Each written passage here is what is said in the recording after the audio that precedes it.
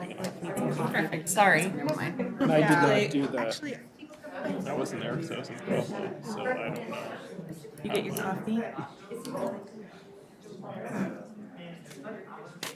Is it ready? All right, Julie, you good?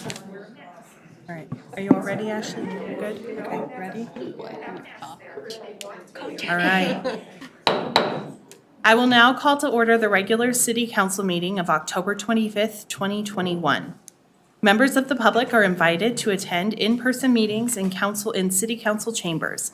Public access to the meeting is also available by telephone by using the call-in numbers posted on the meeting agenda. Meetings are broadcast on Channel 8 for Comcast and Xfinity subscribers and on the city's YouTube channel online. All callers will be muted and may only comment during the times allotted for public comment as indicated on the agenda. If you are on the phone waiting to speak to council and are also watching on YouTube or Channel 8, please know there are a couple of seconds of delay with the live stream. Please turn down your computer or TV volume as we approach the sections of the agenda reserved for public invited to be heard so you can hear the council meeting on the phone line and to prevent background noise when you are unmuted to speak. Thank you all for following these directions and for maintaining meeting decorum tonight. Will the city clerk please call the roll? Mayor Leidy will be absent. Mayor Pro Tem Wilford. Here. Councilmember Whitkovich. Here. Councilmember Downing. Here. Councilmember Brown. Here. Councilmember Goff. Here. Councilmember Duran Malika. Here. Councilmember Lukman Haramasa. Here. Great. Please stand as you're able and join me in the Pledge of Allegiance. I pledge allegiance to the flag of the United States of America and to the republic for which it stands, one nation, under God, indivisible, with liberty and justice for all. City Manager Guyer, are there any responses to citizen inquiry? Nothing this evening, Mayor Pro Tem. Thank you. Great, thank you. Are there any additions or deletions to the agenda? Nope. No? Okay, great. It looks like we have one proclamation in honor of Business Appreciation Week, so I'll ask council members that are in person to join me in front of the dais.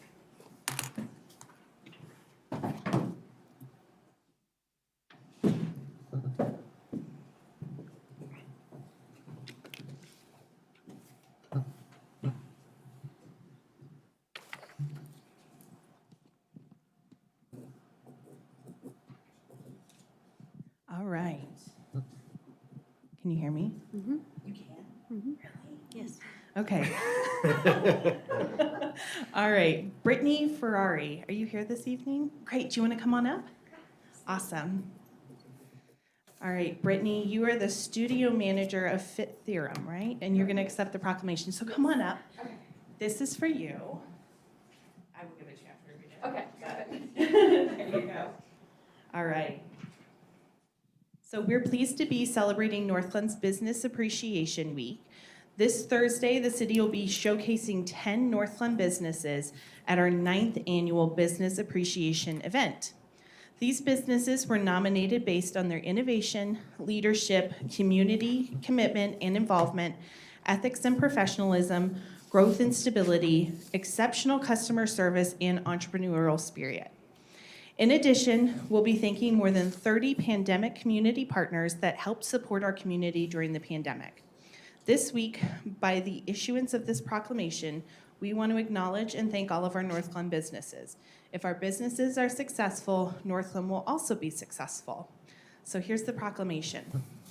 Whereas the city of Northglenn is proud to cultivate and grow the quality and diversity of businesses to sustain the local economy and workforce, and whereas the city of Northglenn is made up of a diverse base of more than 1,000 businesses and industries that contribute to our local economy, create quality jobs, and enhance the quality of life for its residents, and whereas the city of Northglen's goal is to create a business-friendly and welcoming environment for companies to successfully increase sales, capital investment, and wealth, And whereas the City of Northglenn recognizes the many charitable, civic, and philanthropic contributions made by businesses and their employees, and we encourage their continued participation in the development of our city. And whereas the City Council wishes to acknowledge the existing Northland businesses and express its gratitude to our community partners. Now, therefore, I, Jenny Wilford, Mayor Pro Tem of the City of Northglenn, Colorado, do hereby proclaim the week of October 24th through the 30th, 2021, as Business Appreciation Week in the City of Northglenn, and encourage the community to join together in thanking Northland businesses for their many contributions to the quality of life in our community and the sustainability and economic well-being of our city. Dated at Northglenn, Colorado, this 25th day of October 2021. So I am going to share this here with you. Of course. And did you want to say a few words? Yeah. Awesome. Here you go. Great. Thank you so much. Of course. Thank you. Thank you for being here. Yeah, thank you so much. All right, I hope you all can hear me. So I'm very excited to be here tonight to accept this proclamation during Northglenn Business Appreciation Week on behalf of Fifth Theorem and all Northglenn businesses. Fifth Theorem began its business about 5 years ago, and we are truly proud to be in the city of Northglenn. The city has been more than welcoming and truly cares about the success of the business community. On behalf of Fifth Theorem and all Northglenn businesses, we appreciate and thank you for your support. Awesome. Thank you so much. Take your time. Would you like Debbie to join me? Yeah, Debbie, would you also like to join?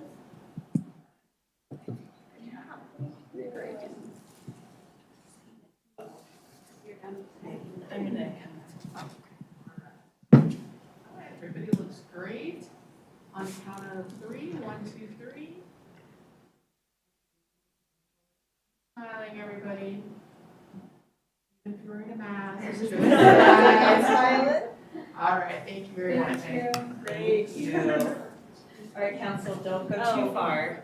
I should have warned you. So tonight is really special because normally we do proclamations and then we go back on the dais, but we have a dedicated service award to give out tonight, which is really special. So I have Abiyan Bareli. Are you here this evening? If you are, come on up. Welcome. We're so glad to have you with us. So I'm going to read a little bit about you. Is that okay? Okay. All right. I don't know what I would have done if you said no. All right. So Abiyan is a senior at Northland STEM this year. He began attending youth commission meetings in the fall of 2019 and immediately jumped in. He's been an active participant, always willing to ask questions to better understand a topic or to challenge the status quo. While on the youth commission, Abiyan was a strong advocate for taking on projects like the voter registration drive, co-hosting listening sessions on race and equity with the DICE board, and making a recommendation regarding community co-production policing. This eventually led to Abiyan applying for and being appointed to the CCPP board. During his time as a youth commissioner, Abiyan volunteered at events like Northland Pride and assisted with soliciting youth and adult respondents to participate in a research project regarding teen vaping. Abiyan is extremely hardworking and dedicated and motivated to learning more about any topic at hand. His inquisitive, thoughtful nature will serve him well as he continues his volunteerism through CCPP. So with that, I am so excited to share with you this Dedicated Service Award. Congratulations. Do you want to speak at all? Is there anything you'd like to say? Sure. My name is Abiyan, as the Mayor Pro Tem already said, and I go to Northland. So I have been serving at the Youth Commission for more than 2 years, and the fact I am resigning my commission at the Youth Commission is because I'm already in another board at the City of Northland, which is the CCPP board, and also like other stuff such as like I'm involved in many other organizations outside of this school as well. which is the time. The time has kind of been difficult to manage for me because it's a senior year. Like scholarships and colleges has been like applications have been hard, but I'm really happy that I'm still with the city of Northland and able to serve in a board and continue that community service, which I'm like really passionate about. Yeah, and thank you, Amanda Peterson, for being such a great,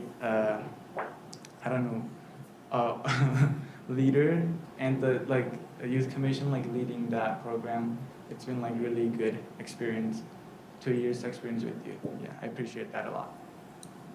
Thank you. Awesome. Well, we wish you the best of luck in what comes next and are excited that your service is continuing.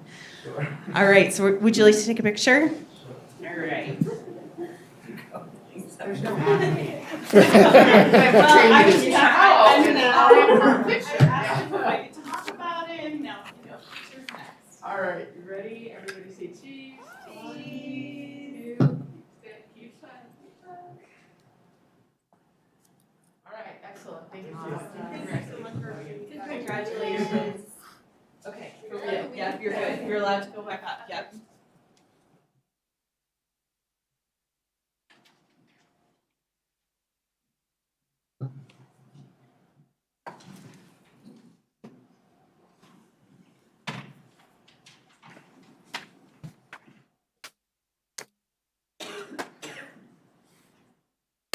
All right, next up, we have Brian Blem. And if I mispronounced your name, oh, it looks like you've got a thumbs up. All right, United Power Community Affairs Representative will introduce himself to council and present an overview of United Power.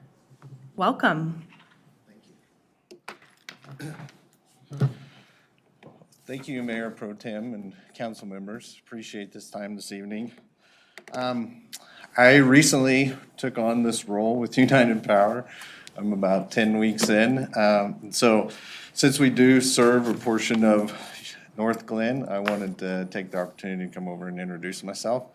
I'm sure you're familiar with Jay Mendoza. He's the gentleman that had this role before me, and I'm looking to fulfill his large shoes that he left. And before I forget, Troy Whitmore, he asked me to send his regrets. He couldn't make it this evening. He had a RTD meeting that he had to attend. A little bit about me. I come from banking. So prior to this role, I was in banking for 29 years. The last 22 of that was here in Colorado as a commercial and ag banker. And through that role, it's kind of interesting that this role parallels my banking role as well, where I had key accounts over there, I have key accounts here, and then also participated in the community and civic activities as well. And that's where I became more familiar with United Power and some of the team members there, and I'm looking forward to fulfilling this role to the best of my ability, because it's cool that United Power is a company that recognizes that we're cooperative, and so we have members versus customers, and due to that, we want to participate and be active in the communities that we serve. Move forward. Where do I point this thing? Right here. Right arrow. Is it moving? No? Oh, it might not be on. Is it on? I thought it was on. Let me check this out here. Oh, there's a switch. Uh-huh. There you go. Perfect. Now it'll work. Sorry about that. So I'm not sure if you're all familiar, but the area that we serve is north, just into Weld County, where the water facility is located. And so that top left-hand corner picture, if you see that little red box, that's where the water facility is located. And then Northglenn, it's hard to tell, but it's probably down about 3/4. That's I-25 running up and down through the middle of the picture. And so Northglenn is about 3/4 of the way down. So that gives you an idea where it's at. And then the zoomed in picture to the right is a zoomed in picture of the water facility, and it shows the 8-meter location. So we actually have 8 meters that we serve for the city of Northland. The items that United Power provides to the city of Northglenn is we provide an annual report, and within the annual report, we have our company year-to-date financials for the city. We have our account energy usage information, and then annual system performance, which gives you kind of a average number of outages for the year, and then the average number of minutes for the year as well. And then we also provide an overview of our capital improvements that are ongoing, and then from the last 3 years' history as well. There's a map of our service territory, and then there's also a undergrounding fund report in there as well. Oh, sorry. I skipped over some good stuff. The capital contributions, since we are member-owned, when the board decides to retire capital credits, that means we give our members back some funds. And for 2021, the city of Northland received $5,697.67 in capital credits from United Power. And that's just off those 8 meters that we service. In regards to community and civic support, like I referred to earlier, we do participate in AC Rep. I'm sure some of you are familiar. Troy's on the exec board. I'm currently in the LEADS program, and then we also have other members of the team that participate in other various capacities within that organization. In regards to Northglenn Thornton Rotary, we did sponsor a duck at the Ducky Derby this year. That was kind of fun. And then we recently made a candy donation to your Safe Street Halloween event. We also participate in the Smart Commute Metro North program and are also associate members of CML as well. In regards to greenhouse gas emissions and solar, it's a big hot topic these days. You know, I'm sure you'll get a copy of this, and in this is our renewable energy report for 2021. Has a lot of statistics on there, but overall, kind of just a general summary. Like starting in 2009, we've added 84 megawatts of electricity to the system, and through that was through some greenhouse gas emission and solar projects. In 2011, we added the landfill methane project in Erie. And then throughout the remaining years, there was several solar facilities that we've added to the grid. And we also added the 4.5 megawatt Tesla battery storage facility at our Carbon Valley facility, which allows us to monitor and not monitor, but offset some peak electricity usage to help offset costs as well for us and for our members. Another program that we have, I don't have it on here, is it's called the Green Powers Partner Program. And what that is a program. So right now our electricity overall is like 35% coming from green renewable sources. And through our Green Powers program, members are able to buy blocks of clean green energy to that allows them to basically have green power that's provided to them through the system. It's through Tri-State, where they buy different certificates and add in clean renewable sources to the grid, and so you're able to buy that power and as clean renewable energy. And the cool thing about that is 100% of those funds go towards future clean renewable energy projects.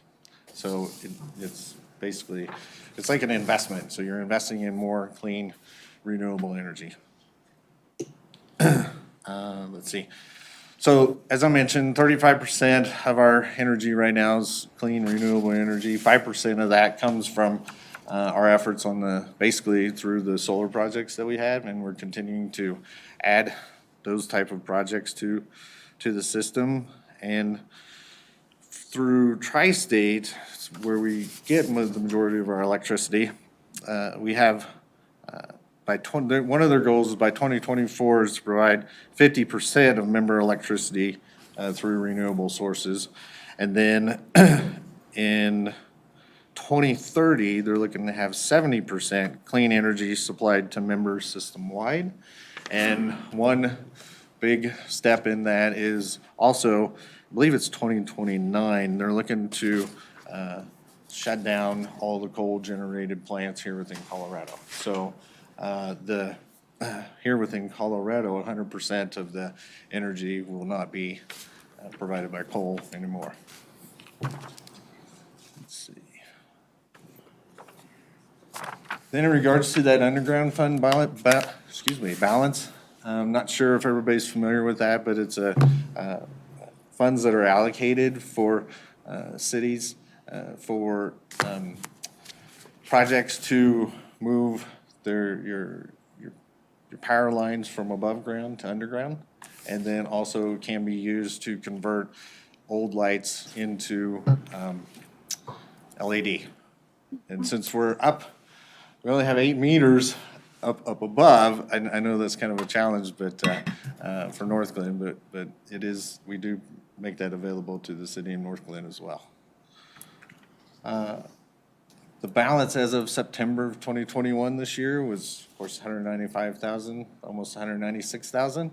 And then the allocation, just to give you an idea how much is allocated towards that on an annual basis through September of this year, we had $4,041 allocated to that fund for the city of Northglenn.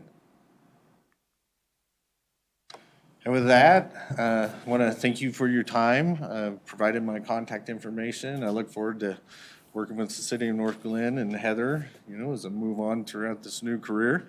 And if you have any questions now or in the future, feel free to reach out to me and be happy to answer those or help where I can. Great. Thank you so much for being here this evening. You're welcome. Thank you. Members, do you have any questions for Brian this evening? Nope. All right. I'm not seeing any blue hands, so thank you so much. Congratulations on the new role and welcome. Thank you. Appreciate it. Thank you. Mayor Pro Tem, one Yes. second. So, sorry, Heather, me and Shannon are having some technical issues. We're out. We can't access the packet, and so we restarted, and now I got kicked off the meeting. Can I get some help? Mom's gonna help. Both of us are not. Oh, For some reason, we can't work. Oh, What's from going on? through Ring Central? Yeah, Bob so is like, we here. can't access anything, it seems Or like. can't log back in. And can't log back in. It's Are you okay? I'm fine. Okay.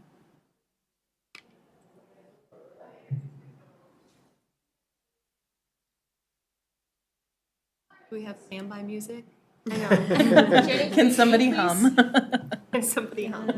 Called the karaoke.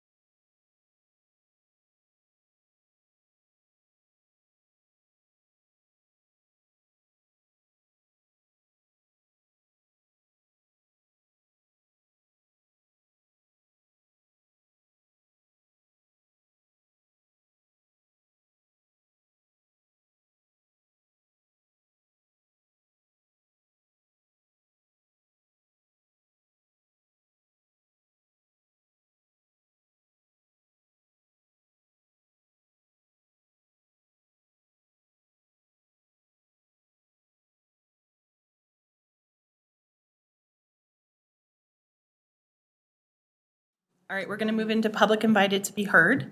This is an opportunity for public comment on any item not set for public hearing. Statements are limited to 5 minutes per speaker. Statements must be related to city business and limited to matters of community interest. Joanna, is there anyone signed up to speak to council? We do have one person, Deja Moore, and she's on the phone. Great. Go ahead, Deja. Hi, everyone. My name is Deja, and I just want to say thank you so much for allowing me to be here. So Northland City Council members, what I will state is I have a concern in regards to Resolution 9112, which is in regards to the Parks and Recreation naming policy, which was passed in 2009 by Mayor Novak. And what I will say as a member of the DICE board, Diversity, Inclusivity, and Social Equity Board, is I've been working with them since February to essentially honor the legacy of former Mayor Odell Berry. And former Mayor Odell Berry made huge contributions to the city of Northland. He was a ward member of Ward 2 since 1971 through 1979, and then also served as mayor and as the first Black mayor of Northland from 1980 to 1982.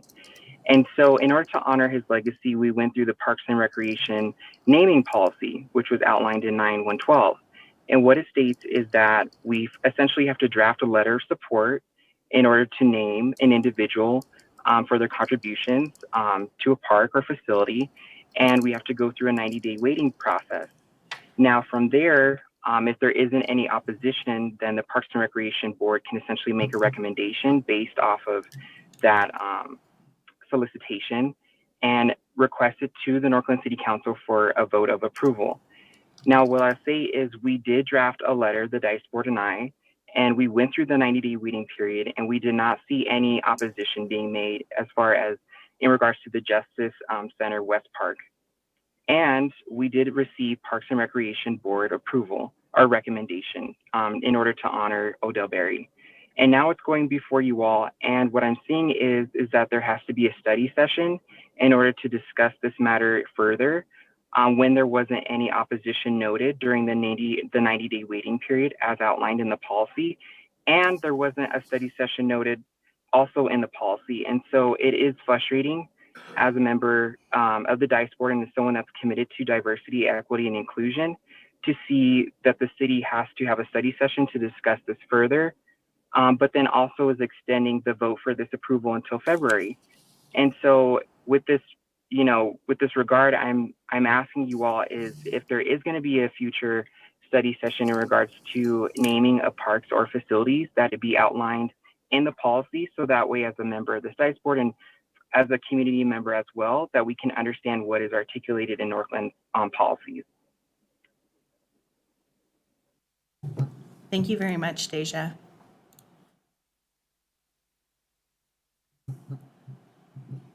Is there anybody else signed up to speak, Joanna? Mayor Pro Tem Wilford, I do have a voicemail that was submitted by resident Mark Bromley. So if it's okay, I'll play that for council.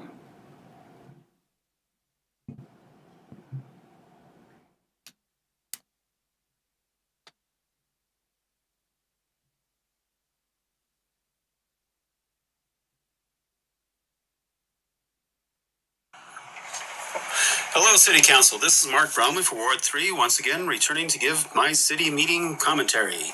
Safe Street Halloween was a success, and my project for the event was 100% successful with over 3,200 pieces of candy delivered, and I managed to aid and support other participants at the event through my Trick or Trunk efforts.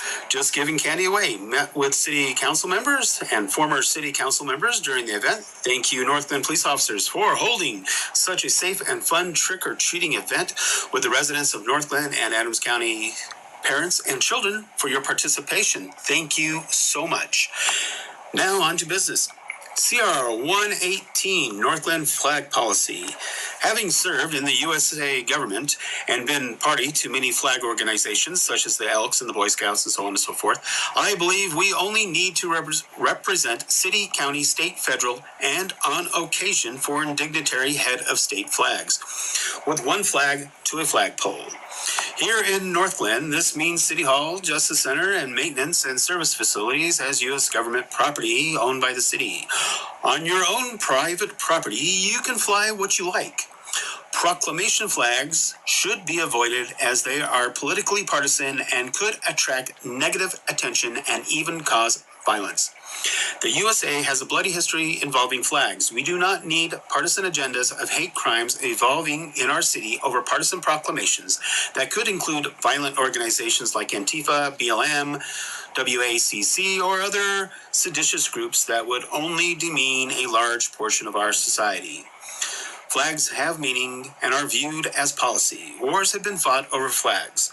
Some flags do not belong on government property or government buildings. I would advise against proclamation flags of any kind. CR 113 lobbying policy. I believe the lobbying policy is out of order and needs to be redrafted. Section 2, the composition of the lobbying policy is partisan in nature and feels like abuse of office. I believe the entire city council should have lobbying oversight from all 9 members of city council to avoid partisan control. Section 10 needs complete reconstruction. I believe the city council must convene in person for transparency of voting. That way, there is no question to the validity of the votes. If the lobby is going to be neglected and exclusive, then I recommend disbanding the lobby.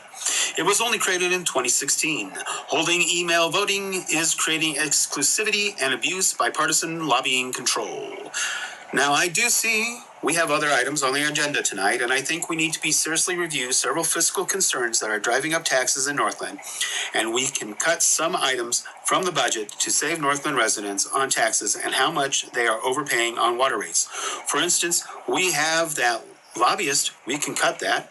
CRU can be cut. It's overpaid for no proof of work ethics, several other flamboyant expenses that are partisan and not in keeping with the purpose of prudent and wise city council and management spending and ethical conduct and conservatorship of the taxpayers of Northland. Please keep in mind, lawful complying businesses do have every right to operate in Northland and should be approved.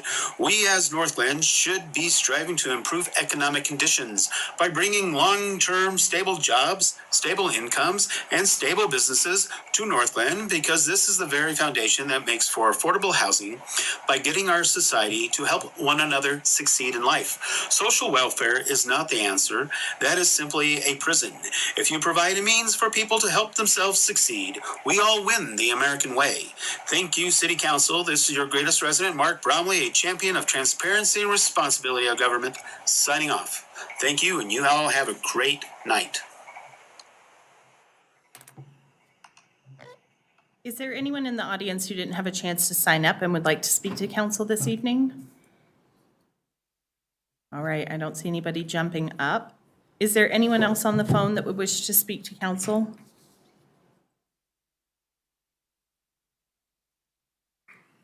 Okay.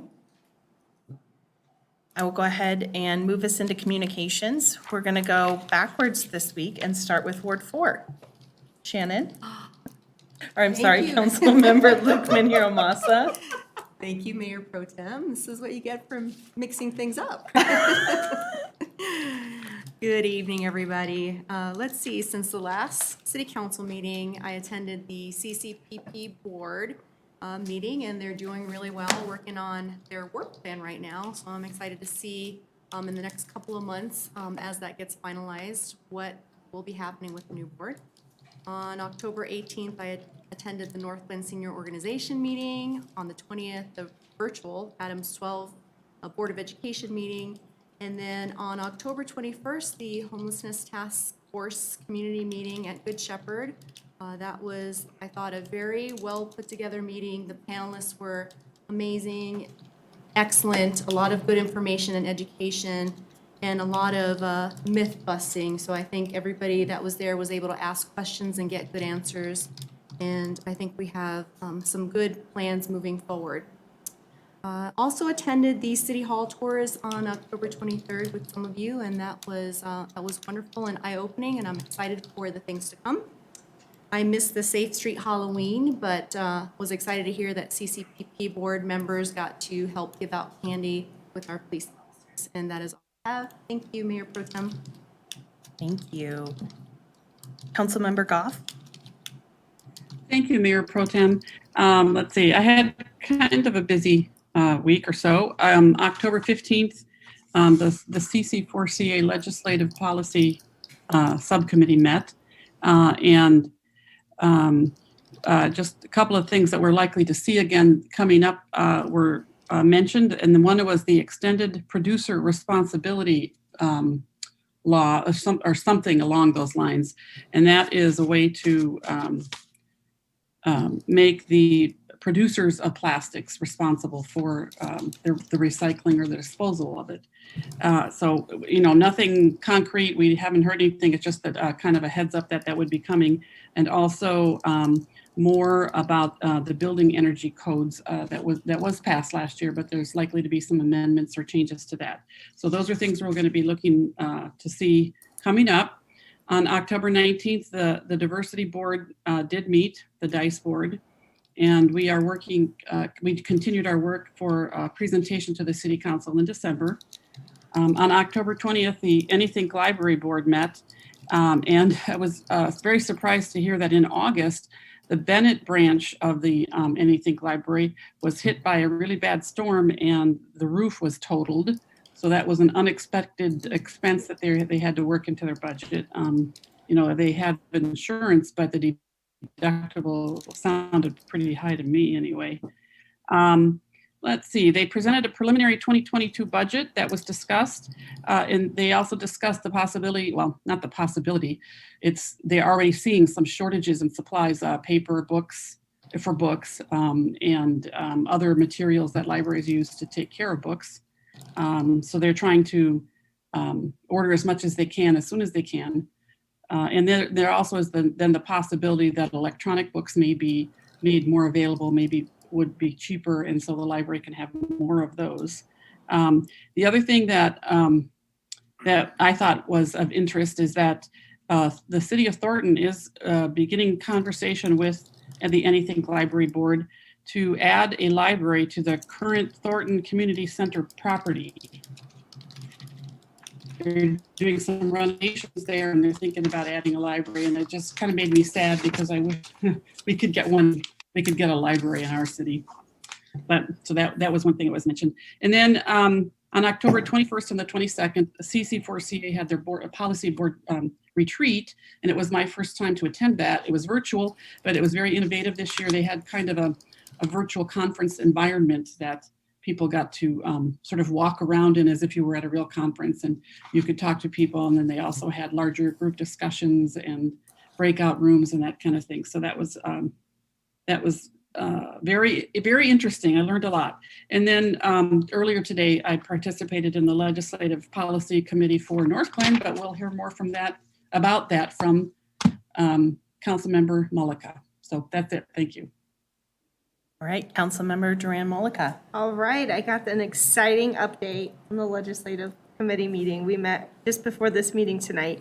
So we did get an update from our lobbyist, and really there's not a lot going on. We're currently not in session, but the JBC starts November 10th. So starting to kick off some of those early budget conversations, and then also we should hear about whether or not the ballot measures pass and how that's going to impact this next upcoming legislative session, and then of course the budgeting as well. So there are currently interim committees that are meeting, and so those are 3 committees around behavioral health, affordable housing, and economic recovery.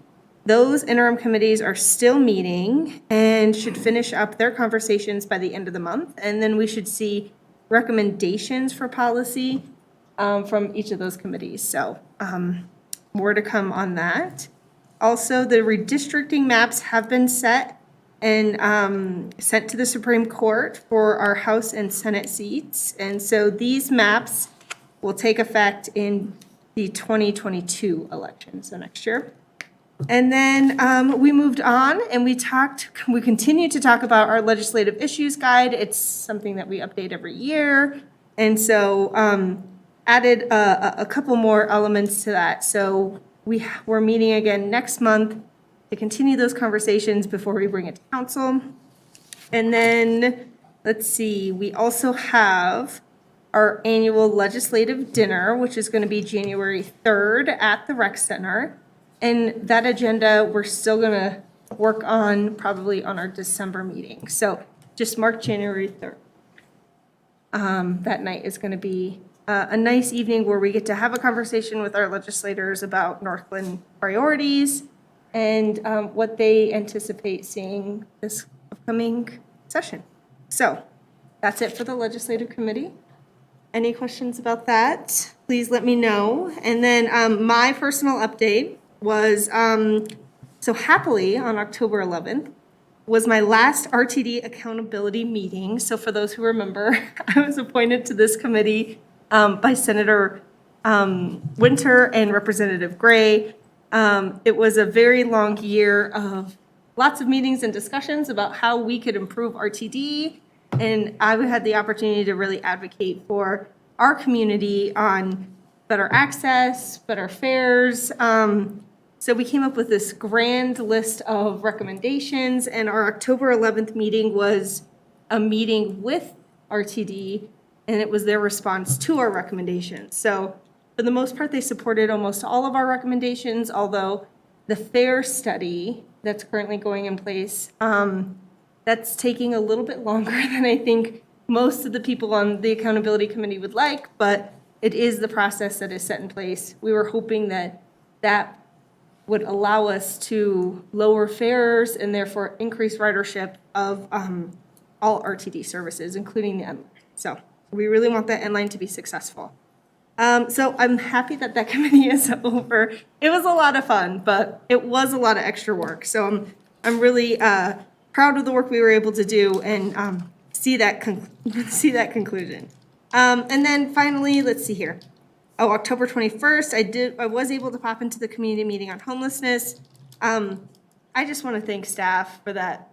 That meeting was fantastic. And I don't know if Rup is here or not, but yes, thank you so much. That was just a great night, and I loved the panel that came before the group and the story that one individual experiencing homelessness shared, and that was very, very powerful for me, so I really appreciated that. And then Safe Street Halloween was a success. Me and the kids went, hung out. I am going to be a supporter of it being outside in the future, although I know there's a lot of people who like the Northland High School scene, so we're interested to see what happens next year. Other than that, that's it for me. Thanks. Thank you. Councilmember Downing. Thank you. I don't have anything to share this evening. Okay. Councilmember Brown.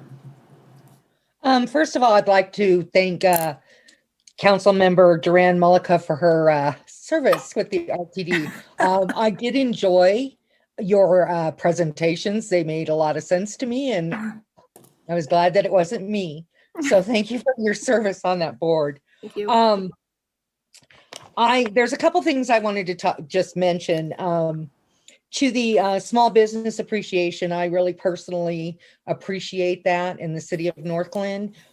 My husband has a small business here that runs out of Northglenn, and we have some of the greatest customers that I can think of. And they're usually right here in Northglenn. So thank you to Debbie Tuttle and her team for everything that she's done. And then I wanted to talk a minute about Trick or Treat Street. I went with my grandkids and took the slow twaddle down the street because I'm still not up and about too much.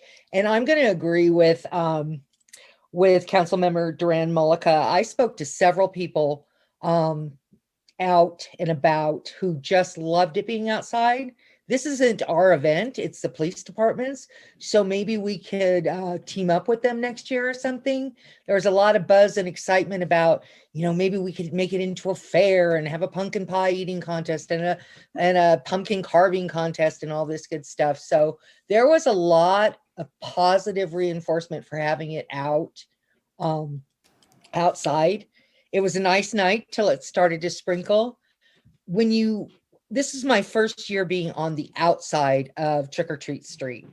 I usually am giving out candy or working the event or something. So it was nice to see it from a different perspective. It really is a great thing that the police department put on. The line at one time went all the way down to Cinzetti's. So we know that it was very well attended. Oh, personal shout out to Miss Council Member Witkovich. Thank you very much for volunteering at the event. I looked at my husband after we left and I said, now I know that if I can't do it anymore, Ashley's got my back. So I have a list of volunteer things that you may have to do for me, Ashley, but it really, it really touched my heart that you were there to give out candy because, I was just very touched by that. Thank you very much. The other thing that I just wanted to say is that I probably have 2 more weeks of being virtual. And then hopefully I'll be able to be back in council at the next regular council study session. I'd like to thank everybody for having their patience while I heal through this injury and get back on my own 2 feet, literally. So I just wanted to get that out there. Thank you. Thank you, Councilmember Brown. Councilmember Witkovich. Thank you, Mayor Pro Tem.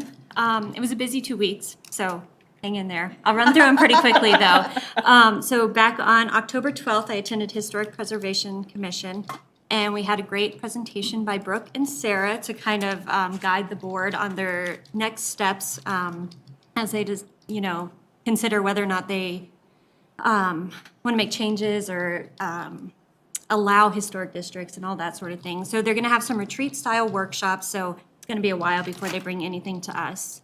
On Saturday, October 16th, I was able to attend the Rave Repairs ribbon cutting and the Boardwalk Pizzeria 25th anniversary with Mayor Leidy. And those were both great events, feel-good events. I love going to those. On October 18th, the Outside Agency Funding Committee met, and we considered a sponsorship request from Food for Hope for their Feed 5,000 initiative.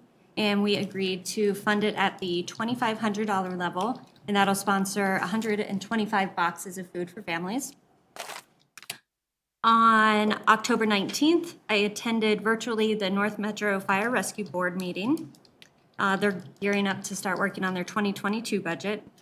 On October 20th, I attended the Vail Board meeting, and we received 4 grant requests, and we were able to fund them all. That was from Assistance League Denver for $8,500, Central Visitation Program for $5,000, CASA for $8,000, and Ralston House for $25,000. We were really fortunate to have enough money to fund all of those, so that's always great. And then Safe Street Halloween was a huge success. I heard from lots of people that they absolutely loved it, and I agree with Councilmember Brown. A lot of people really enjoyed having it outside. I dressed up as Mario and didn't realize what a hit the costume was going to be and how many photos I was going to take with kids, but it was a really great time. I got to hang out with Rupa and Abian and Detective Hodak, and it was a great night. And also, I just wanted to make a plug for tomorrow evening's meeting for the No Need for Speed program, Ward 1 along Marion Street between Leroy and 104th. So anyone who's interested in what's going on over there, it's going to be at 5:30 at M&O tomorrow evening. And I plan to be there as well. So that's all I got. My goodness, you have been busy. It was a busy 2 weeks. I'm a little sad I missed the Mario costume. I might need to see some photographic evidence of that at some point. All right. It's also been a busy 2 weeks for me. As you heard from Councilmember Goff, the Colorado Communities for Climate Action held our fall retreat. It was virtual, and we used a platform. Can't remember the name of it at this time, but essentially it looked like a video game. And so everybody who joined the retreat had an avatar, and you got to move around the space, and it was really fun. We were able to do small groups as well as have lots of good icebreakers around pumpkins. So it was very fun and very different. I can't say I've ever done anything like that before, but we'll be bringing back some updates from the CC4CA retreat in the future. I also attended City Hall tours. Unfortunately, I was only able to attend for the Edgewater City Hall tour and wasn't able to go all the way up to Timoth, but I think there were a lot of great elements from the Edgewater tour that we were able to see. I definitely saw a lot of great inspiration for our communications department that I will make sure is forwarded over. One item in particular is around cleaning up pet waste. So I will share that with Diana and Heather, and maybe we'll be able to share that with the residents at some point. Let's see. Additionally, I also attended the Homelessness Task Force meeting last week. And again, just want to echo to staff, you all did a phenomenal job, not only providing baseline information about what people experiencing homelessness may be encountering, but also sharing that personal story and really helping to put a human behind the issue that we're all working on, in particular with the safe parking lots. So thank you for that. They also had a panel with other volunteers that run safe parking lots, I believe in Arvada, Broomfield, and Golden. And there was just a lot of really good insight and information about the impact, or frankly, the lack thereof, on their community and on the neighbors. So that was really positive. I'm definitely looking forward to being a part of future conversations. That is all for me. We're gonna move in. Oh, we're not quite moving to the consent agenda. Sorry about that. City Manager Geyer, how are you? I'm great. Thank you, Mayor Pro Tem. I'm going to ask Deputy Chief to come up and give a brief recap of our successful Safe Streets Halloween from this past weekend. Welcome. Good evening, council members. It was a great event. It was my first experience with Safe Streets. I would estimate we had probably 7,000 plus. I had heard different stories from residents and from community members, not just from Northland, but from as far away as Fort Collins. Some fantastic costumes, some of the cutest little kids you ever seen out there. Just some tremendous creativity. I think the two costumes at the end of the night, literally they were some of our last participants, but it was a refrigerator and a stove for the two kids. And these kids were waddling blocks in these cardboard boxes, and the doors opened and they had food on shelves. I mean, it was just a tremendous set of costumes for these two kids. But tremendous success. We had 25 poly carts full of candy, and we gave away almost every piece of it. And we had tremendous outpouring from the community for the donations, more donations than we've ever had in the past. It was a huge success outside. There was tremendous excitement, and it was a tremendous event. The weather was very cooperative, so that I think helped with the situation. But yeah, we'll be open to suggestions, and we'll discuss as we go further into the next year what we do. There was also, I think, some room for expansion with the process too. It was not packed, but it was packed. Let me restate that. It was, but there was room for growth in the process as we went through it. But tremendous event, tremendous success. I would really like to thank CCPP. The very last minute, Christina and the board really kind of came up with this scavenger idea. And what it did was it provided officers with clue words to give to the kids, and it really increased the interaction between the kids, the family members, and the officers, which was great, right? That's the whole point of the event, is to have that interaction. And having to track down officers, we probably had 15 officers there, but only 6 really had keywords. So they really had to talk to a lot of police officers to get to those keywords and to get the phrase at the end of the day to register for the prize at the end of the day. So it really was a great event, tremendous success. If we could always have 70-degree weather on Safe Street and no rain, sunny skies, I think that would be fantastic. So we'll seek that out in the future. But if anybody has any questions, I'd be happy to try to answer them. Yes, I see a hand up from Councilmember Brown. I have to ask you, what was the phrase? Because I think I got it, but what was the phrase? Happy Halloween from the Northglenn Police Department. You know what? I don't like to enter those things because I work for the city, but I had it. Darn it, I had it. That was really awesome. Oh, there goes my computer. That was really awesome, though, and I had a great time, and it was great to see you, too. Yes, thank you. It was just a really, really good event, and it went off with very few hiccups. I Well, agree. Congratulations and thank you so much. Thank you. Thanks, Randall. That's all I have, Mayor Pro Tem. All right. City Clerk Small. Good evening, Mayor Pro Tem and Council. I would like to share some information about the upcoming November 2nd election for anyone who might be listening to the meeting tonight. So today is the last day that we recommend returning voted ballots through the mail. After today, it's best to return your voted ballot at one of the 24-hour drop-off boxes, which we do have one conveniently located here at City Hall, or take them to one of the voter service and polling center locations. And then just to note, voters in Adams County can drop off their ballot at any 24-hour ballot drop-off box within the county. So it's not limited to the city that you reside in, and that's for voter convenience. And just to provide some more information about the voter service and polling centers, those will be open. They were open beginning today, will be open through Election Day on November 2nd. Their hours are 8 a.m. to 5 p.m. Monday through Friday. They'll be open this Saturday, October 30th from 9 a.m. to 2 p.m. And then on Election Day, November 2nd, that Tuesday from 7 a.m. to 7 p.m. The location that's nearest the city of Northglenn is going to be located in Westminster at the Adams County Western Services Center, and the address for that site is 12200 North Pecos Street. The county is offering additional locations on Monday, November 1st and Tuesday, November 2nd. Once again, they'll be open from 8 to 5 on Monday and then 7 to 7 on Tuesday.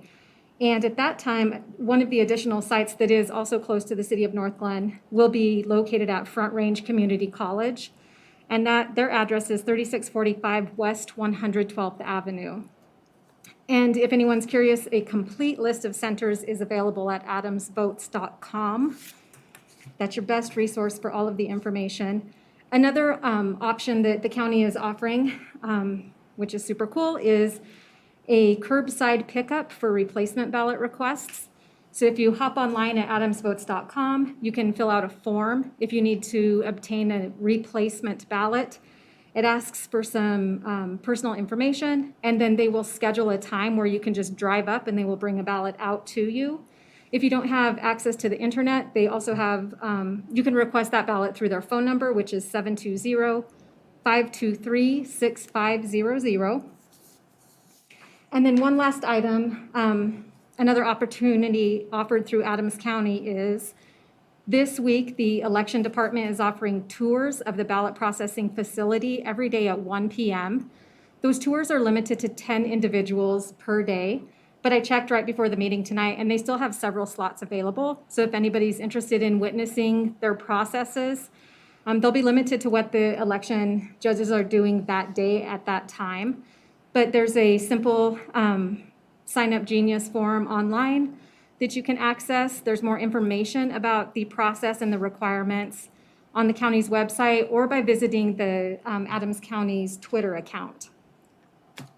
So there's that information, lots of opportunities to vote. So that's all I have tonight. Thank you. Thank you. City Attorney Hoffman.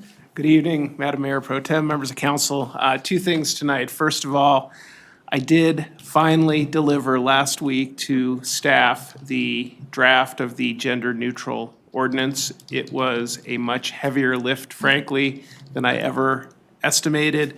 I will tell you that a lot of the text from the municipal code that had to be fixed in the draft was from the 1980s, 1990s.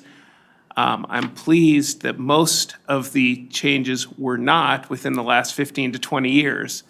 So I think largely by default, and maybe a little bit of luck, there was not some of the gender language that we're trying to fix that had been created in the last 20 years. So I'm not sure what the schedule is on that, but you will be getting that. It's over 40 pages of changes to the Northglenn Municipal Code to attempt to capture all the the gender specificity, eliminate that, and make it gender neutral. And then I spent Friday and Saturday in Pueblo at the CML Attorneys Conference, and I thought I would tell you about one of the classes that is, I think, particularly relevant to the work we've been doing in Northglenn. It was called Law Enforcement, Community Relations, and the Local Government Lawyer and Ethical Responsibility. And here is the very brief description. Systemic racism is an issue that has significant moral implications for local government lawyers. The presentation suggests that as community leaders, government attorneys should consider what they can do to be a part of the solution to achieve equal justice under the law for people regardless of race, while being mindful of our legal, ethical, and moral obligations to our client and society. It was an excellent program, and I got to tell you, it was much different than any other program I've ever attended at a CML Attorneys Conference, so it was really well worthwhile. Awesome. Thank you so much for sharing that. All right, we're going to move into the consent agenda. Is there a motion to approve? So moved. Second. All right, please open the vote. The vote is open. Councilmember Downing, how do you vote? Yes. Councilmember Brown, how do you vote? Yes. Councilmember Goff, how do you vote? Yes.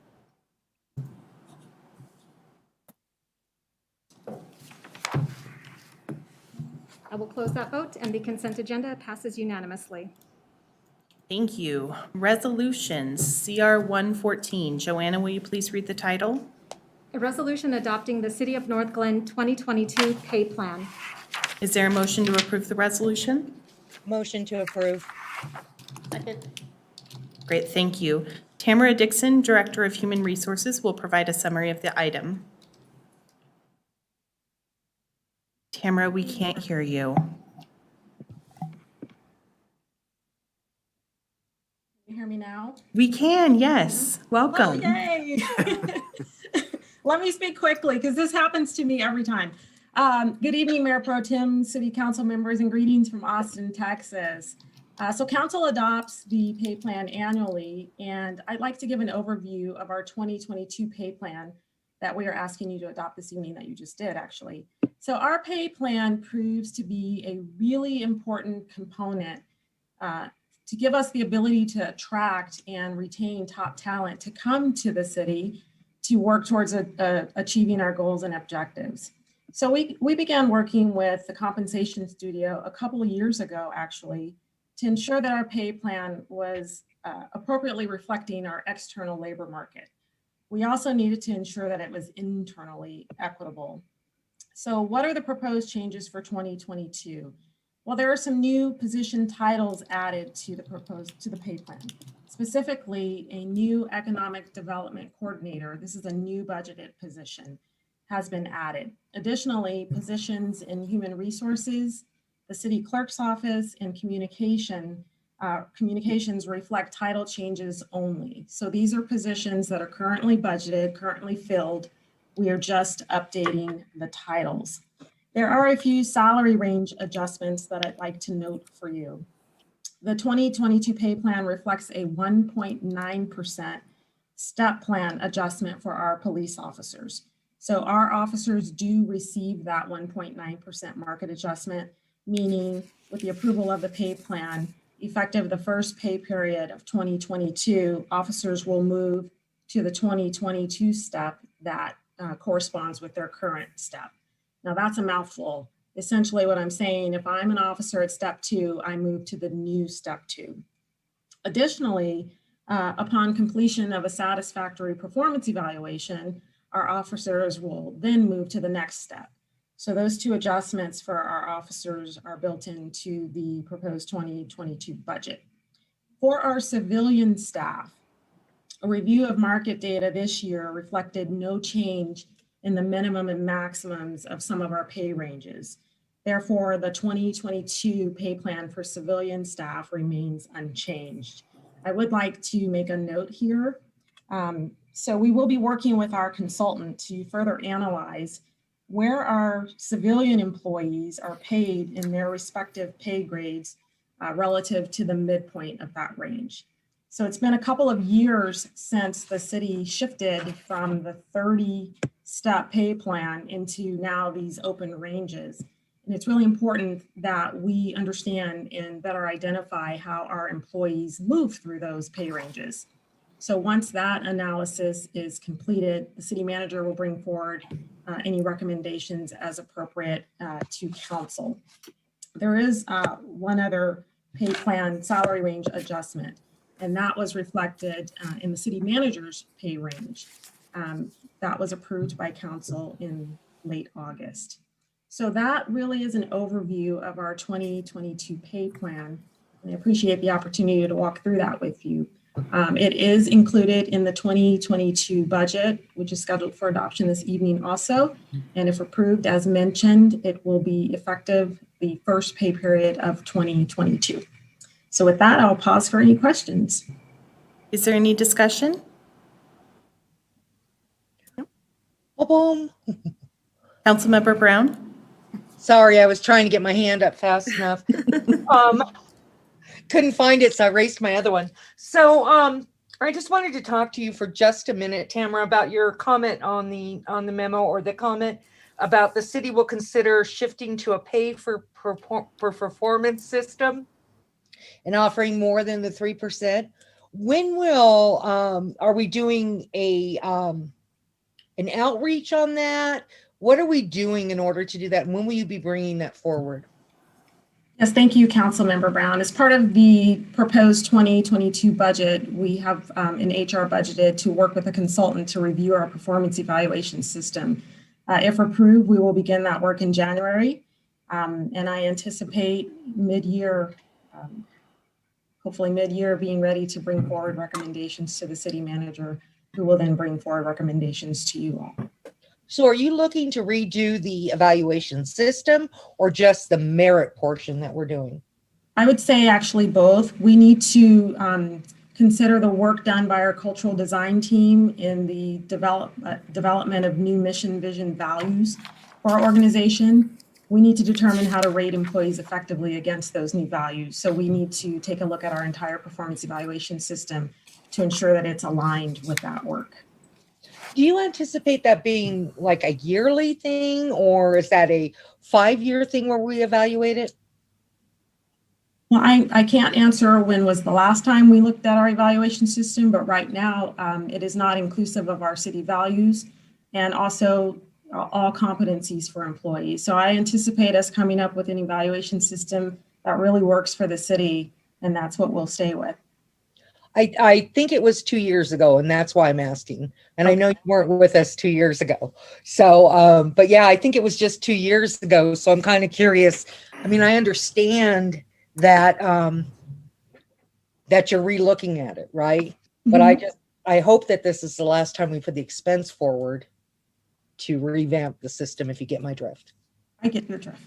Thank you. Would you like to respond?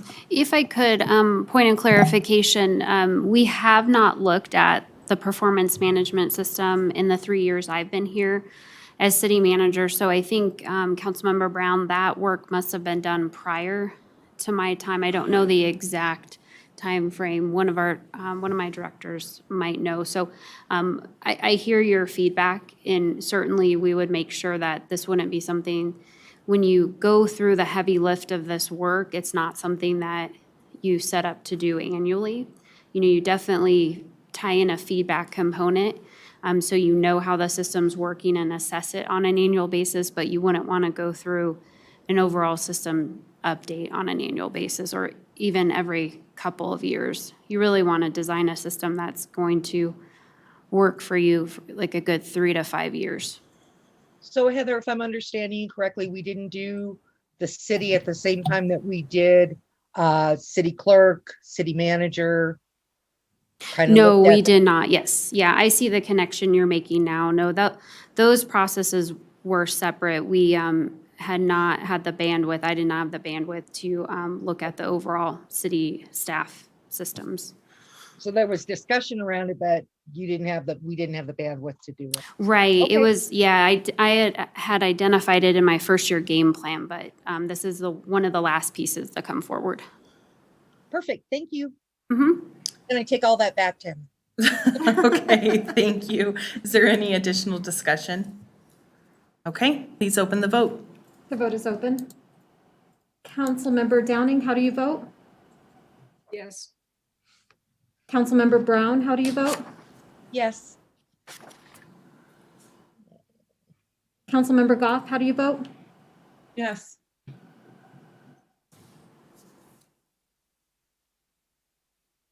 I will close that vote, and CR 114 passes unanimously. CR 115. Joanna, will you read the title, please? A resolution establishing the mill levy of the City of Northglenn, Colorado for the fiscal year 2021, collectible in 2022 for municipal purposes. Is there a motion to approve? Motion to approve. Second. Great. Jason Loveland, Director of Finance, will provide a summary of the item. Good evening, Mayor Pro Tem and council members. So I'll start off with our trivia portion of the meeting, which has never happened before, actually. It just popped into my head while I was sitting there.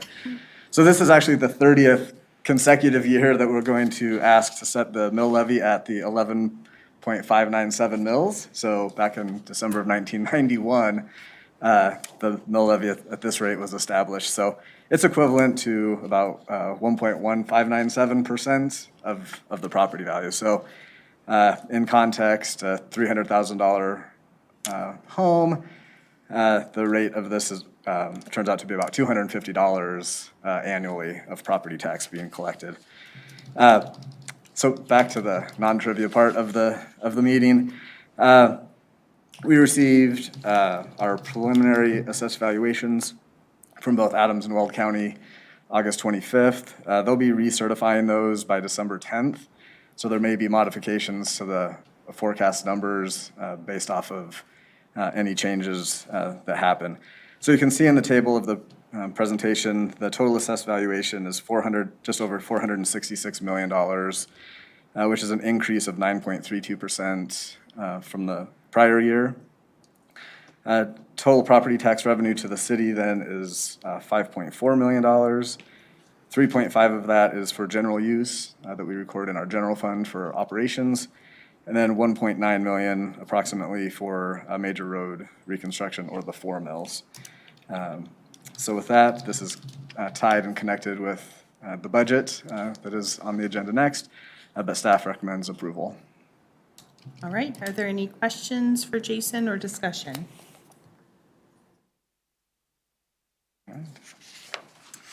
All right, seeing none, Joanna, please open the vote. The vote is open. Councilmember Downing, how do you vote? Yes. Councilmember Brown, how do you vote? Yes. Councilmember Goff, how do you vote? Yes.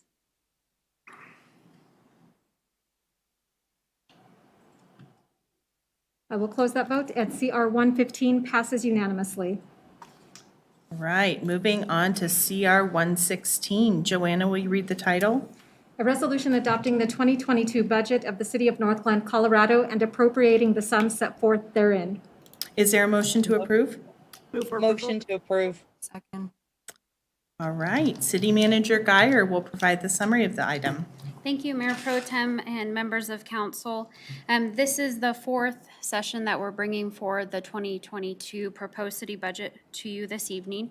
We don't have a formal presentation. The budget as presented incorporates the feedback that we've heard along the budget development process. Thank you for the vision that you've provided in helping shape and further refine the what's included in the 2022 proposed budget. I also have directors behind me who have been instrumental in shaping the budget process, as well as many of their right-hand staff members. This is a huge effort that really kicks off in June and transpires with a culmination of the ultimate adoption of the budget this evening. So myself and staff, we're here to answer any questions. Otherwise, we'd ask for your approval as presented this evening. Okay, is there any discussion or questions? Councilmember Duran Mullica. I was like, wait, 1 second. Really, I want to just thank all of the work that was put into this. I think for me personally, there's a lot of great things happening in the city of Northglenn, and so I really do support this budget. I think some of the things that I would like to see over the course of next year, or, as especially the FTE start getting filled, is what does success look like, especially around the area of our parks and open spaces. So we definitely have some new positions that are going in there. I'd love to look at how those positions are really impacting and making a difference for our community and addressing a lot of the concerns that we've heard from residents about, not only, the aesthetics of the park, and other issues that came along, especially around some of the EB Rains park complaints. So that is my only comment. No questions. Thank you. All right. Any additional questions or discussion? Okay. Seeing none, Joanna, please open the vote. The vote is open. Councilmember Downing, how do you vote? Yes. Councilmember Brown, how do you vote? Yes. Councilmember Goff, how do you vote? Yes.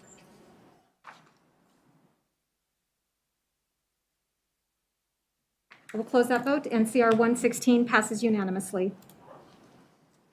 Thank you to all of the staff for your work on the budget. We're really appreciative. CR 117. Joanna, will you please read the title? A resolution approving the Colorado Opioid Settlement Memorandum of Understanding. Is there a motion to approve? Move for approval. Motion to approve. Second. All right, City Attorney Hoffman will introduce the item. Good evening again, Madam Mayor Pro Tem, members of council. I'm going to be very brief since who I know as former Mayor Heidi Williams, but I know she's got a new title now, is here to probably provide more detail. But just a little bit of context. Northglenn was one of the original participating entities in actually initiating litigation in what's known as the MDL, or the multi-district litigation. Sometime after Northglenn and several other communities in Colorado initiated the litigation, the state attorney general got involved, and it really took it to another level where there was negotiation between the state and the local entities to try to figure out an appropriate allocation of settlement proceeds. And so what you have in this proposed MOU is, and it's in the middle of page 2 of your memorandum from Heather, is the allocation of funds. And really what that means is that there, as it relates to Northglenn, is that 20% goes directly to participating local governments, 60% directly to regions. That means that Northglenn has access to those funds for opioid-related work that it may do, whether it's through its police department, whether it's through its courts, whether it's through other programs in the community that can be related to opioids. And there's a list of approved uses in the MOU. We recommend approval. This also includes, for what it's worth, and this isn't in any of the memos, but it's something that's very important to, or should be to Northglenn, that the settlement includes payment of the attorney fees that all of the participating local entities incurred through the law firm that they included in the class action lawsuit. So that's included in this. So Northglenn doesn't pay out of pocket to the law firm it retained to prosecute the opioid litigation. And with that, I will turn it over to Ms. Williams, who I think may have some much better points than I to add. Not at all. Thanks, Attorney Hoffman. Thanks, Heather, for having me tonight. And it's nice to see familiar faces and some of those who I haven't met yet. So nice to meet you. Thanks to everybody on the screen. I did have a PowerPoint. Is that something we can put up? Okay, awesome. And then, all right, wonderful. You don't need to see that. Yeah, so I'd be preaching to the choir if I sat here and read all these statistics to you, but as you know, we have lost so many people to opioid overdose, and this money provides a once-in-a-generation lifetime to really help people who are struggling with that, help families of affected people. So what we do know is that our state has only 15 to 20% of the needed treatment for people who are actively seeking treatment. A year ago, that number was 30. So we're sliding down as far as treatment, and everybody understands the COVID curve now, and fentanyl and heroin overdoses and opioid is going like this. So my goal is, okay, we've lowered the COVID curve. Now we need to start focusing on this opioid overdose curve, which has really been around for quite a long time and just getting worse. We negotiated with a lot of local government entities to figure out what are our core principles for these negotiations. As you know, you all were part of the MDL, as was Thornton when I was mayor. We entered into the MDL and other governmental entities. So we said, geez, we need to all get together, just like Colorado always does, like Adams County is famous for, and figure out core principles for this plan. So we said, look, we need to maximize settlement funds. The way to do that is to get all of our local governments to sign on. So to the extent you're at meetings or with other local elected officials, you should be like, hey, have you guys signed on to the opioid settlement yet? This is really important because we can double our money. So to the extent we get $200 million, it could really be $400 million. We want to utilize existing infrastructure. So it's really important that we're taking infrastructure we have right now and building upon that, not backfilling stuff that's already happening. We want to use this money for new programs, and then we want to ensure equity for all local governments. So there may be an area in the state that is really underfunded because of the low population and really hard hit. So San Luis Valley, pretty much all of southern Colorado could fit into that. But certainly, Northland could say, hey, we have this need and we can't figure out how to make that work with our region. So could we have some money to work on that? And that's what this infrastructure fund is for. What can you use the money on? As your city attorney mentioned, there is a list of approved uses. And if you really wanted to get some great reading in, we put together a report of just opportunities for you all to consider, and that's on our website. But basically, anything treatment related, recovery related, this is for people suffering from opioid use disorder, but also co-occurring substance use disorders and behavioral health issues. Criminal justice, you could use this money to work on diversion. So instead of putting people in jail who needs to go to treatment, that's a really great option. Drug courts, wraparound services after incarceration. Prevention education, we're really going to be working on this at the state level so that we can put together stuff that you all can send out as well. But you might have a program in one of your schools or one of your community centers that you think, gosh, it'd be great if we could get that some prevention work in there. And then harm reduction. This is really meeting people where they are, whether it's having Narcan or naloxone available to reverse overdose to opioids, or really just to kind of mitigate the negative consequences for those who are using any type of substances. There's a really 12-page report that we put together. You're more than welcome to look at that. This is really how the funds are going to be allocated. So this is a big part of that MOU that hopefully you guys will sign and approve this evening. 20% will go to local governments. So I looked up what Northland will get. Northland will probably get somewhere between $8,000 and $10,000 a year. It's not a ton of money. You might be able to put that to really good use with law enforcement. And you also might consider putting that back into your region. You have those options. So however you decide to use it, it has to be used on opioid abatement, those approved uses that we talked about, or you can put it into your region and pool the money. Also this money comes in over 18 years. So that would be $8,000 to $10,000 over 18 years. 60% will go into your region. Your region is Adams County. The county opted into being their own region. So that really opens it up for you guys. It's a pretty big pot of money, about $1.2 million a year, and you guys can share in that. And really, because Adams County, the way it is put together, we're all kind of close, right? So of course I'm Adams County, so I'm a little biased, but we're all kind of close together, and so it would be really, it would make sense, like maybe you put some programs in Federal Heights, or maybe you put them in Westminster, maybe they're in Northland, but you all can access that. So I think it makes a lot of sense. 10% goes to that infrastructure fund I talked about, and then 10% to the Attorney General's office to work on those statewide initiatives such as prevention education, workforce development. We have a real shortage of folks working in the addiction medicine world, so we're looking at that. And also just an abundance of other things that we want to work on that we probably won't have enough money for. So we're definitely looking at all of those. We put together some governance. There's going to be an opioid abatement council that's overseeing the 60% regional funds and the 10% infrastructure funds. So the local governments will put 6 people on that board. There will be 2 from the Western Slope, 2 from the I-25 corridor, and then 2 from the eastern side of the state. And CCI and CML will be working with you all to find the right people to serve on that. The Attorney General will appoint 6 people, 2 that are licensed professionals in addiction medicine work. 3 professionals working in a number of things: addiction medicine, harm reduction, criminal justice, so on and so forth. And then 1 person affected by the opioid crisis. So it could be a family member, and it might be somebody who directly is impacted. And then there will be 1 non-voting chair. The governance you're probably the most curious about is your regional governance. So right now, Commissioner Odoricio seems to be kind of taking the lead on this. So if you have any interest at all in this regional committee, you might reach out to him.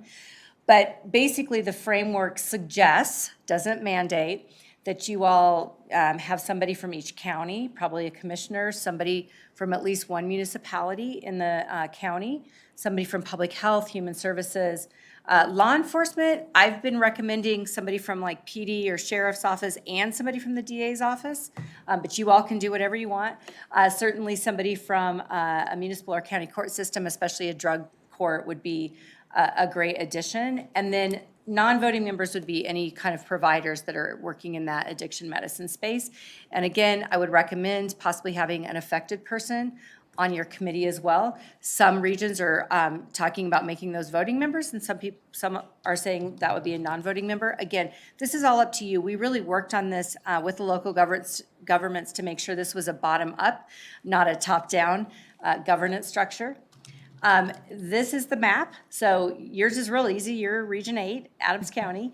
I think there's a lot of opportunities for you all to also partner with Broomfield, maybe Jefferson County, maybe Arapahoe County. I know Aurora is a little concerned about being in 3 different regions, and how does that work? So I think there's opportunities to partner, but you don't have to, right? You're in the Adams County region, and you all as a region can kind of figure that out. If I were in your place, I'd probably want to collaborate with a few of those counties on a few things that are like, maybe you need a treatment facility, maybe you need some other kind of housing, project or something. So those are options. And then that's really all I have about that. And you have my contact info in the slides. So I would just say, let me know if you have any questions, concerns, and I'm happy to answer any questions right now if anyone has any. We do have a couple of questions. Great. First, I have Councilmember Goff, and then we'll go to Councilmember Duran, Mullica, and Brown. Great. Councilmember Goff? Thank you, Mayor Pro Tem. So I just want to clarify, I think I've got this right, but so what we're agreeing to tonight in this memorandum of understanding is to accept this like total package, but we are not making a decision tonight about directing our share to anybody else. Is that correct? Correct. That is correct. All right, thank you. I just wanted to make sure. Thank you. All right, Councilmember Duran, Mullica? Thank you so much. So Heidi, I'm not sure if you'll know the answer to this question, but I'm wondering if it came up in discussions that you've had at various places. So I was really attracted to, harm reduction being a really good use for this type of money. So our harm reduction services go through Tri-County Health Department. How is that going to be impacted by the work that we do? Or is there money that's going to be like that health departments, are they going to be applying for money from the county or from the state? Or how is that money going to flow to them?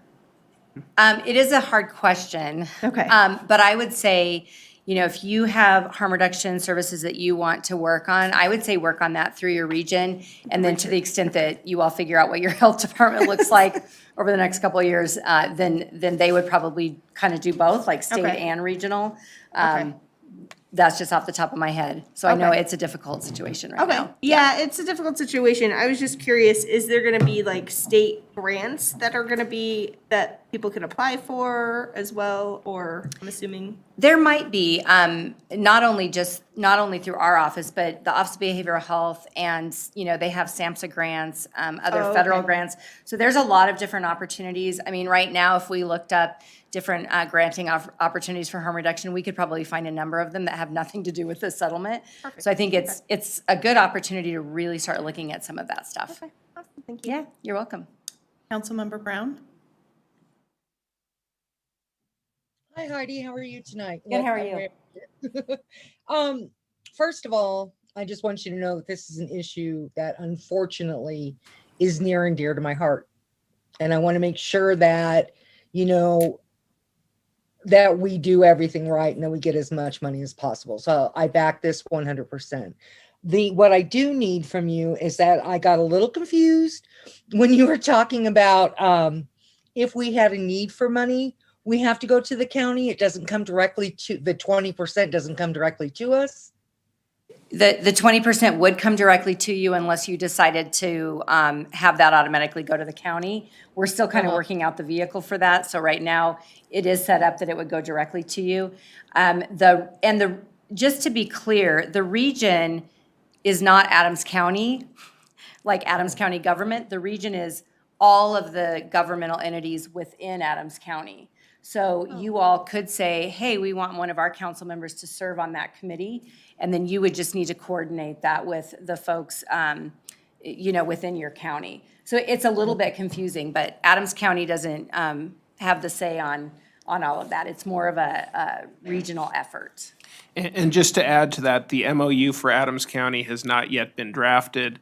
For example, a very small portion of Northglenn is in Weld County. The Weld County MOU is frankly complete, I think, as of today, in terms of a draft that we'll probably be bringing to you, where it is far less than 1% of the Weld County allocation, but nonetheless, we do get a small portion of that as well. Yeah, absolutely. And it's kind of cool when you can participate in two different regions. And so, you know, to the extent that you all have that opportunity, it's actually really great. Heidi, I have one more question for you, and then I'll let you go. I'm looking at your new title as Director of Opioid Response, and I have talked to Representative Mullica several times about my concerns about methadone clinics and the way that they're measured and the way that they are looked after. You know, I have a whole issue about that I'd love to go into with you at some time. Do you know if there will be can that money be used to set procedures up or to make sure that we have things in place to keep them unified, anything like that? Probably not, but I'd love to have a conversation with you offline to kind of understand your concerns. And there are people, you know, in the state system that maybe we could connect with to kind of talk about those issues. We have a lot of regulatory issues that create barriers for people to access or to even provide methadone or other types of MAT services. So yeah, I'd love to hear your take on that. So just feel free to email me and we'll set up a time to meet. I actually, just so it's on the record, I sent you a text message so that we could discuss this topic a little bit further, not as it relates to the city of Northland, but as it relates to the things that I've been championing over the last 3 years. Thanks, Councilmember Brown. Thank you for your help, Heidi. Of course, thank you. I look forward to talking to you. All right, any other questions or comments? All right, I'll just chime in briefly. I remember almost 4 years ago, we were having this conversation as a council around what were we going to do with the overdose deaths that we were seeing in our community. And we knew that this was one option. We didn't know how long it would take, but council jumped on board with the litigation. And I'm really happy that this memo is in front of us. And I'm happy that the case went the way that it did, because now we have something to stand up and say, this is what we're doing about opioid addiction. This is what we're doing for treatment and harm reduction, prevention and education. So I'm really thankful for this MOU and I'm excited to vote yes. So thank you I want to call you Mayor Williams. It's very strange for me to say Heidi. I know. You can call me whatever you want. All right, well, thank you, Heidi. We appreciate it. And with that, Joanna, please open the vote. The vote is open. Councilmember Downing, how do you vote? Yes. Councilmember Brown, how do you vote? Yes. Councilmember Goff, how do you vote? Yes.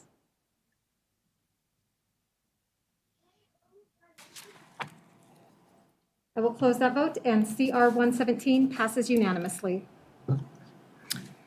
I will now recess the regular city council meeting and call to order a meeting of the Marijuana Licensing Authority. Joanna, will you call the roll? Mayor Leidy is absent. Mayor Pro Tem Wilford? Here. Councilmember Witkovich? Here. Councilmember Downing? Here. Councilmember Brown? Here. Councilmember Goff? Here.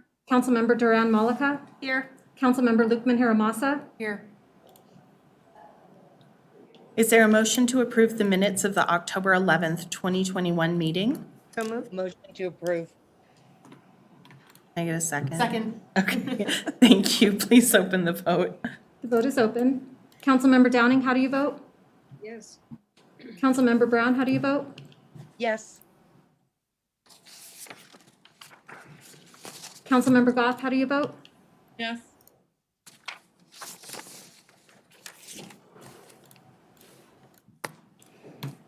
I will close that vote, and the motion to approve the October 11th, 2021 meeting minutes passes unanimously. CR 119. Joanna, will you please read the title? A resolution setting the request for a retail marijuana store license by Discreet Greens LLC doing business as Discreet Greens for a rehearing on January 24, 2022. Motion to approve. Second. Thank you. City Attorney Hoffman will provide a summary of CR 119. Good evening once again. Under the Northglenn Municipal Code, applicable to any quasi-judicial matter, so not just marijuana matters, there is a provision that allows someone who seeks a rehearing to have one rehearing as a matter of right, so long as that application is made within 10 days of a final decision on a quasi-judicial matter.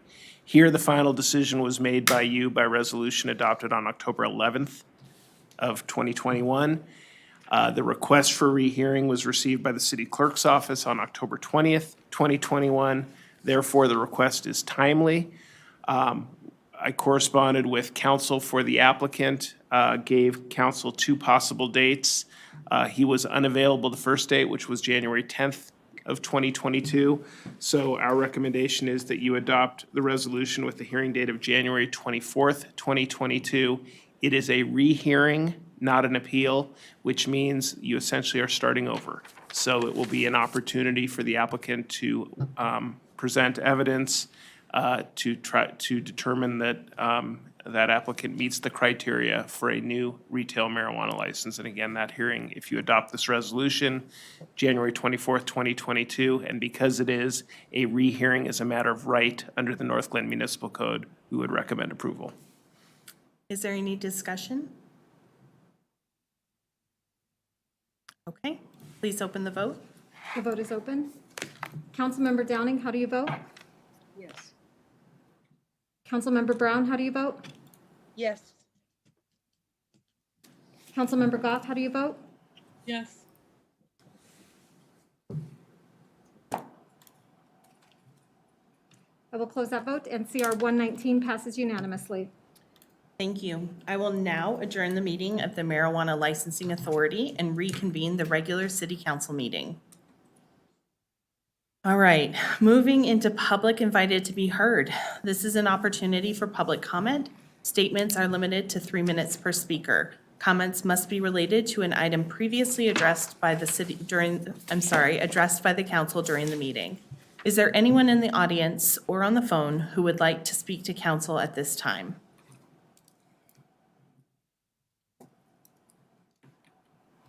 Anybody on the phone? No? Nobody on the phone. Okay. All right. There being no further business, we are adjourned.